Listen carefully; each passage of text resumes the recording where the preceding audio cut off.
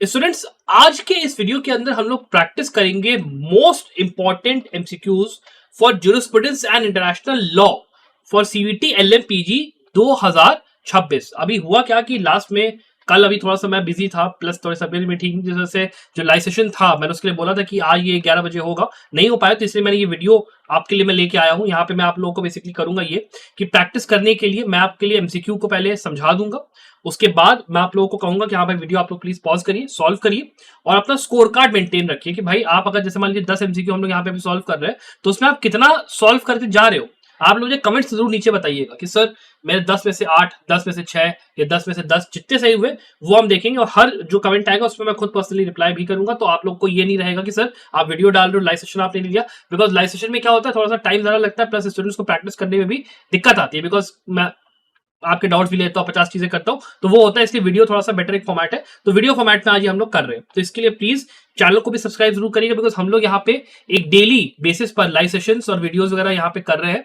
अभी इसके बाद जो अगला वीडियो होने वाला है that will be for the most important topics for BNS, BNSS and BSA, evidence, IPC and CrPC, वो आपका रहेगा इसके जस्ट बाद। अभी ये आपका प्रैक्टिस सेशन जो है इसको आप लोग करिए, साथ ही हमारे चैनल को सब्सक्राइब जरूर करिएगा, बिकॉज आपका जैसे ही ये एग्जाम होगा सीवीटी पीजी का, तुरंत यहाँ पे काउंसलिंग प्रोसेस चालू हो जाएगी। और काउंसलिंग प्रोसेस में प्लस क्या क्या आपको होना चाहिए, प्लस पेपर जब आएगा तो पेपर के अंदर में हाँ भाई कितने क्वेश्चन सही आपके रहे, कितने गलत रहे, पेपर का एनालिसिस कैसा है, क्या पेपर की डिफिकल्टी थी, कितने मार्क्स एक्सपेक्ट कर सकते हो, कट ऑफ क्या जाएगा, सारी बातें होंगी तो आपको पता होनी चाहिए। तो उसके लिए चैनल को सब्सक्राइब जरूर करिएगा और हमारा व्हाट्सएप टेलीग्राम ग्रुप ज्वाइन कर लीजिएगा, वहां पे आपको सारे के सारे पीडीएफ वगैरह जो होते हैं वो मिलते रहेंगे।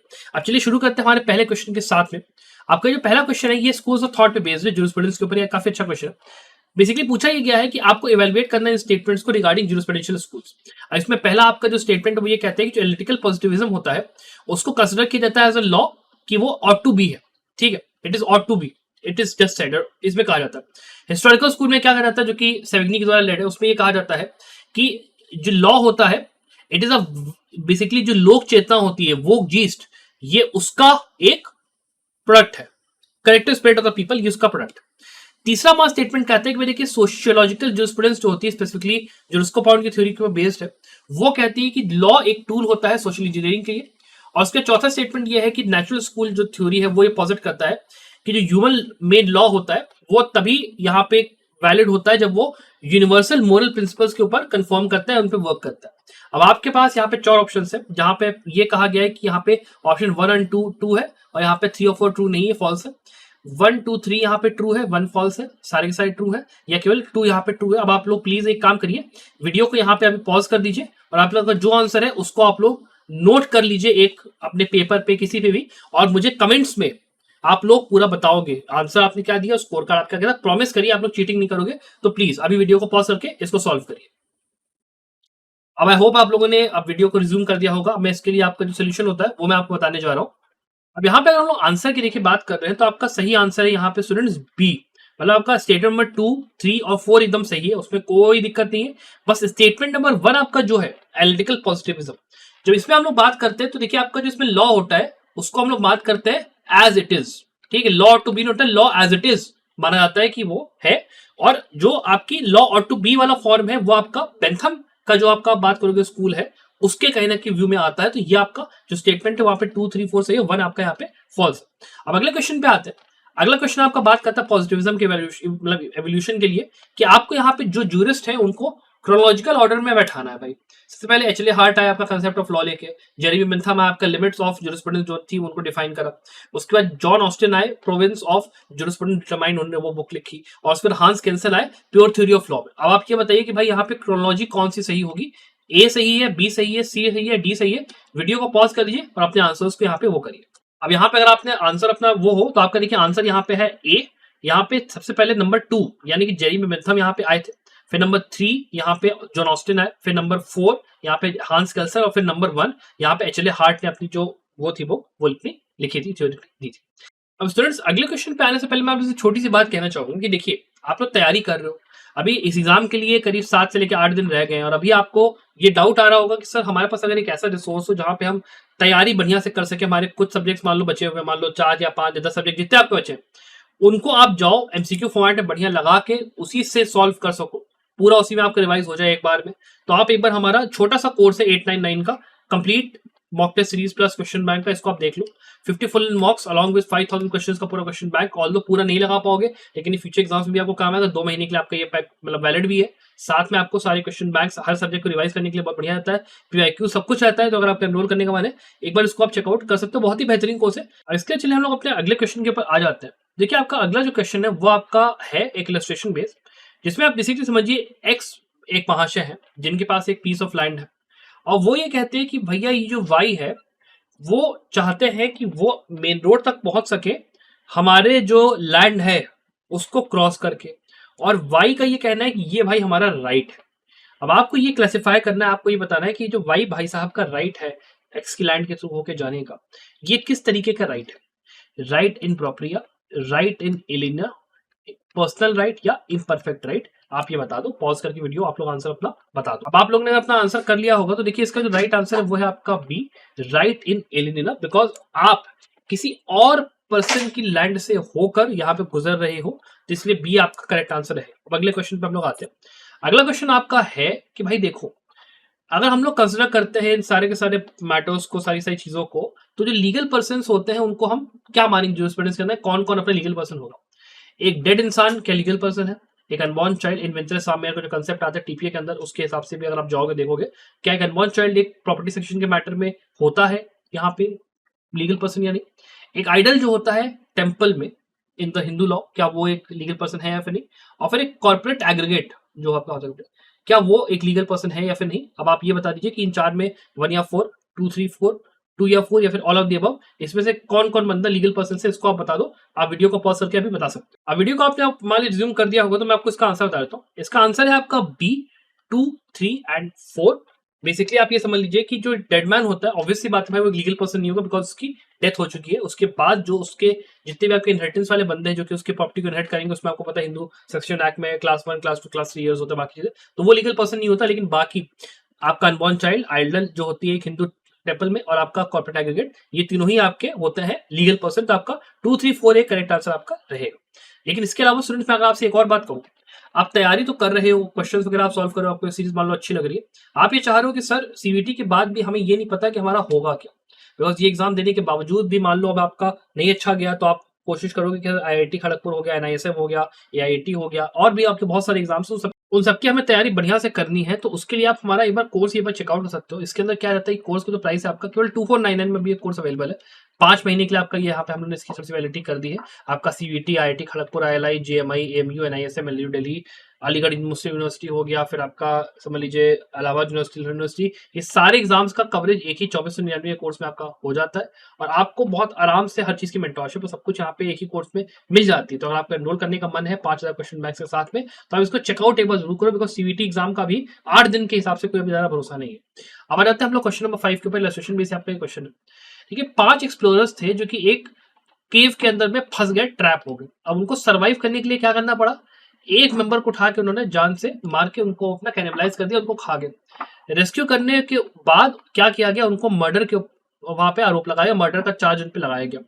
अब यहाँ पे जो क्लासिकल थॉट है बाय लॉन फुलर, उसके हिसाब से ये जो कंफ्लिक्ट होगा ये किन दोनों उसके बीच में है, पॉजिटिविज्म और नेचुरल थ्योरी, यहाँ पे रियलिज्म और फॉर्मलिज्म, मार्क्सिज्म या फेमिनिज्म, या ओनरशिप या पोजीशन। ये क्वेश्चन तो काफी थोड़ा सा सिंपल है आपका, इसका प्लीज आप लोग वीडियो पॉज करके आंसर बताइए। अब यहाँ पे जो इसका आपका आंसर है मैं अगर बात करूँ तो ये आपका लॉन फुलर का जो आपका ये एक्सपेरिमेंट है, जो आपका कन्फ्लिक्ट है क्लासिक लीगल थॉट पे, ये आपका पॉजिटिविज्म और नेचुरल थ्योरी के उसमें रियलिज्म और फॉर्मलिज्म में हो नहीं सकता, मार्क्सिज्म और फेमिनिज्म तो दूर दूर तक नहीं है, और ओनरशिप और पोजीशन तो हो ही नहीं सकता, बिल्कुल मतलब ऑब्वियस है। तो काफी सिंपल क्वेश्चन है, इसका अपने आराम से कर लिया होगा। और मैं आपसे रिक्वेस्ट ये करूंगा प्लीज कमेंट्स में आप लोग जरूर से बताइएगा कि आपने स्कोर कितना करा, व्हाट वाज योर स्कोर, ताकि पता रहे कि आप लोग भैया कायदे से उसकी प्रैक्टिस कर रहे हो। अब क्वेश्चन नंबर 6 पे आते हैं। सोशल फाइनेंशियल लॉ के ऊपर ये क्वेश्चन है। आपको ये आइडेंटिफाई करना है कि आर्टिकल 38(1) जो ICJ स्टेट्यूट का है उसके रिगार्ड्स में क्या चीज सही है और क्या यहाँ पे नहीं है, आपको थोड़ा सा आइडेंटिफाई करना है। इंटरनेशनल कन्वेंशन जो होते हैं ट्रीटीज, वो प्राइमरी सोर्स है, पहला स्टेटमेंट ये। दूसरा स्टेटमेंट ये कहता है कि जो इंटरनेशनल कस्टम होता है वो एक सोर्स होता है जो कि एक्सेप्ट करा जाता है as a law opinion juris. फिर थर्ड ये कहता है कि जो राइटिंग्स होती है ऑफ हाईली क्वालिफाइड पब्लिसिस्ट, उसको हम लोग प्राइमरी सोर्स के तौर पे ले सकते हैं। और फिर चौथा ये बोलता है कि जो जनरल प्रिंसिपल्स होते हैं लॉ के फ्रॉम बाय सिविलाइजेशन, वो भी आप यहाँ एज अ सोर्स मान सकते हो। इसमें आपके पास 4 ऑप्शन है कि 1 और 2 सही है और 3 और 4 सही नहीं है। सारे सही है, 1 2 4 सही है, 3 सही नहीं है। 1 2 सही है लेकिन 3 अपना एक सब्सिडरी सोर्स है। अब आप ये मुझे बता दो कि इसमें से क्या सही ऑप्शन है क्या नहीं है। यहाँ पे अपनी वीडियो को आप लोग पॉज कर सकते हो। इसके हम लोग चलिए आंसर की बात कर लेते हैं। तो अगर हम लोग जाते हैं आर्टिकल 38 क्लॉज 1 के ऊपर, तो हमको पता है कि भैया यहाँ पे ट्रीटीज, कस्टम्स और आपके जितने भी जनरल प्रिंसिपल्स होते हैं लॉ के, वो आपका एज प्राइमरी सोर्स माना जाता है। और ये जो आपकी राइटिंग्स वगैरह होती है ये नहीं कंसिडर की जाती है। तो सीधे सीधे आपका ऑप्शन यहाँ पे नंबर सी जो है सही होगा कि 1 2 4 सही है और 3 आपका जो है स्टेटमेंट वो अपना गलत है। सिंपल सिंपल है, वेरी स्ट्रेट फॉरवर्ड क्वेश्चन। अब देखिए स्टूडेंट्स, इसके अलावा मान लो 8 दिन है, अब अपनी सोचो कि सर तैयारी तो मेरे को करनी है, लेकिन अब एक ऐसा कोर्स मिले जहाँ पे सारा का सारा जो वीडियो लेक्चर्स है for each and every subject, अगर मान लो मुझे उसको रिवाइज करना है, लेक्चर्स देख के मान लो आपको तेजी में ही देखता है, साथ में क्वेश्चंस भी मिल जाए, सब कुछ हो जाए, प्लस ये कोर्स आपको आगे भी काम अपना आ जाए जैसे भी आपको चाहिए, तो आप एक बार हमारा केवल 1600 रुपए में कोर्स चेकआउट कर सकते हो। 4 महीने के लिए वैलिड है और एग्जाम्स में भी आपको यूज हो जाएगा। मान लो आपको अगर पुराना वाला कोर्स जो 2499 वाला नहीं लेना है, 5000 क्वेश्चन बैंक्स मिलता है, एक्सटेंसिव मॉक पेपर सीरीज मिलती है, सब कुछ मिलता है और लेक्चर्स सारे आपको मिल जाते हैं। साथ में मैं एज मेंटर आपके साथ रहता हूं, तो आप एनरोल करने के बाद इसको आप एक बार देख सकते हो, चेकआउट आप लोग कर सकते हो। अब आते हैं क्वेश्चन नंबर 7 के ऊपर। आपको यहां पर क्रोनोलॉजिकल ऑर्डर में इस चीज को सेट करना है कि ये जो चीजें आपकी हैं, जो आपके सब कन्वेंशन है वो है कब साइन हुए, तो उसके हिसाब से आपको करना है। सबसे पहले आपका UN charter, treaty of Westphalia, Vienna convention on law of treaties and covenant of League of Nations. अब आपको ये बताना है कि इसमें से जो करेक्ट ऑप्शन है कि क्रोनोलॉजी क्या थी, आपको बता दीजिए। यहाँ वीडियो को आप लोग प्लीज पॉज कर लीजिएगा। अब चलिए हम लोग यहाँ पे अपना आंसर को डिस्कस कर लेते हैं। तो देखिए यहाँ पे जो ऑप्शन है वो यहाँ पे ऑप्शन ए आपका सही है। तो अगर हम लोग बात करते हैं, सबसे पहले आपका ट्रीटी ऑफ वेस्टफीलिया आती है। ट्रीटी ऑफ वेस्टफीलिया आपकी कब की है? ये ट्रीटी ऑफ वेस्टफीलिया आपकी 1648 की है। उसके बाद हम लोग बात करते हैं कि आपका ऑप्शन नंबर 4 आता है वीएलसी, ये आपका कन्वेनेंट ऑन लीग ऑफ नेशंस, ठीक है, ये आपका 1919 में साइन हुआ था। उसके बाद आपका वियना कन्वेंशन जो आपका है, ठीक है, वियना कन्वेंशन वो आपका है आपका 4th नंबर पे, ये आपका जो साइन हुआ था ये आपका कब हुआ था? ये आपका 1969 में हुआ था। और आपका 3rd नंबर पे जो है वो है यूएन का चार्टर जो आपका साइन हुआ था 1945 में। तो आपका सर कौन सा है यहाँ पे? 2 4 आपका 1 और उसके बाद आपका 3। तो सीधे सीधे आपका ये सॉल्व होगा। अब आ जाता है अगले क्वेश्चन के ऊपर। हमारा इलस्ट्रेशन बेस्ड क्वेश्चन है। अब यहाँ पे 2 स्टेट्स हैं, स्टेट ए, स्टेट बी और तीसरा भी स्टेट सी है। स्टेट ए जो है वो स्टेट बी से ब्रेक अवे होता है, वो कहता है कि मेरे को इस देश का पार्ट नहीं रहना है और वो अपनी इंडिपेंडेंस को डिक्लेयर कर देता है। फिर आपका जो स्टेट सी है वो ये एक्नॉलेज कर लेता है कि भैया जो स्टेट ए है वो एक इंडिपेंडेंट सॉवरेन नेशन है, एक इंडिपेंडेंट देश है। अब आप मुझे ये बता दो कि भैया जो स्टेट सी ने यहाँ पे काम करा उसको हम क्या बोलेंगे? हम बोलेंगे इसको de facto, de jure recognition, implied recognition या फिर corrective recognition. Very simple question, जल्दी से इसका आंसर बता दीजिए। Very very simple. अब आई होप आप लोगों ने सही लगाया होगा। इसका आंसर वैसे सीधे सीधे आपका ये है डी ज्यूरे रिकॉग्निशन। ऑब्वियसली बात है, बिकॉज डी फैक्टो तो मतलब फॉर अ फैक्ट होता है, उससे कोई मतलब नहीं है। डी ज्यूरे मतलब उन्होंने लॉ को अवॉइड करते हुए प्रॉपर एक्नॉलेज करा है, प्रॉपर वो दिया है उस रिकॉग्निशन। इम्प्लाइड रिकॉग्निशन हो नहीं सकता, कैरेक्टर रिकॉग्निशन मतलब कई लोग मिलके तो हो ही नहीं सकता। तो बी सीधे सीधे स्ट्रेट फॉरवर्ड आपका राइट आंसर है। अब इसके अलावा देखिए स्टूडेंट्स, क्या होता है ना कि आप सीयूटी का एग्जाम दे रहे हो, लेकिन इसके बाद अगर आप बात करते हो सबसे बड़ा जो एग्जाम है जो कि आप टारगेट करने का सोच सकते हो, जहां पे आपको मैक्सिमम अमाउंट ऑफ कॉलेज और ऑप्शंस मिलते हैं, वो है आपका क्लैट पीजी का। और अगर इस बार आपका सीयूटी पीजी का अटेम्प्ट आपको लगता है कि ठीक ठाक नहीं जा पाएगा और क्लैट पीजी आपका सही नहीं रहा, तो मैं आप लोग से एक ही छोटी सी चीज कहूंगा कि आप केवल 5499 में हमारा कंप्लीट प्रिपरेशन कोर्स 2027 चेकआउट जरूर करिए। फायदा इसमें यह है कि आपको सारे सब्जेक्ट जितने आपके हैं फॉर क्लैट पीजी वो सारे along with 50 full length mock papers, 100 subject wise, इसको हम लोग बल्कि 150 मॉक पेपर आपको पूरे देंगे। केस लॉस जितने आपके होते हैं लैंडमार्क रिसेंट वो पूरे आपको मिल जाएंगे, along with bonus mock papers for each and every exam. Course आपका 13 महीने के लिए वैलिड भी रहेगा। साथ में आपका रिजल्ट की बात करें तो all India rank 3, all India rank 6, आपका ऑल इंडिया रैंक 6 2021 में लंबा हमारा यहाँ पे सेशन रेट रहा है पिछले 6 साल से। हर बार 5 से 6 बंदे हमारे रहते हैं टॉप 100 में। तो अगर आपको चेकआउट करना है हमारे कोर्स को क्लैट पीजी के लिए, आप इसको एक बार देख सकते हो। अब जाते हैं हम लोग क्वेश्चन नंबर 9 के ऊपर में। अब देखिए यहाँ पे बेसिकली पूछा क्या गया है कि आपको फॉलोइंग थ्योरीज जो होती है उनको थोड़ा सा इवेलुएट करना है, उसको आपको देखना है। मोनोइज्म क्या बोलता है कि इंटरनेशनल लॉ और जो आपका म्युनिसिपल लॉ होता है वो एक सिंगल लीगल सिस्टम का पार्ट है। डुअलिज्म ये बोलता है कि जो इंटरनेशनल लॉ और म्युनिसिपल लॉ है वो एक सेपरेट सिस्टम है। और स्पेसिफिक अडॉप्शन थ्योरी ये बोलती है कि इंटरनेशनल लॉ केवल अप्लाई करता है जब उसको अडॉप्ट करा जाता है किसी स्टेट के द्वारा में। अब आप भैया ये बता दो कि इसमें से कौन से ऑप्शन सही है और कौन यहाँ पे गलत है। आपका 1 और 2 सही है, 2 और 3 सही है, ये आपके सारे सही हैं या फिर आपके सारे गलत हैं, ये आपको सीधे सीधे बताना है। वीडियो को पॉज करके प्लीज अपने आंसर्स को बताइए। आई होप आप लोगों ने अपने आंसर्स को यहाँ पे मार्क कर लिया होगा, उसको आपको प्लीज जाके कमेंट पे लिखना जरूर है कि सर इतना स्कोर मेरा आया, इतने मेरे आंसर्स थे। आपका यहाँ पे सीधे सीधे करेक्ट आंसर है आपका सी, बिकॉज ये सारे स्टेटमेंट्स आपके करेक्ट है, तो बहुत डिफिकल्ट ही नहीं था, सिंपल क्वेश्चन है। और आता है हमारे लास्ट क्वेश्चन के ऊपर, लोटस प्रिंसिपल के ऊपर में, ठीक है।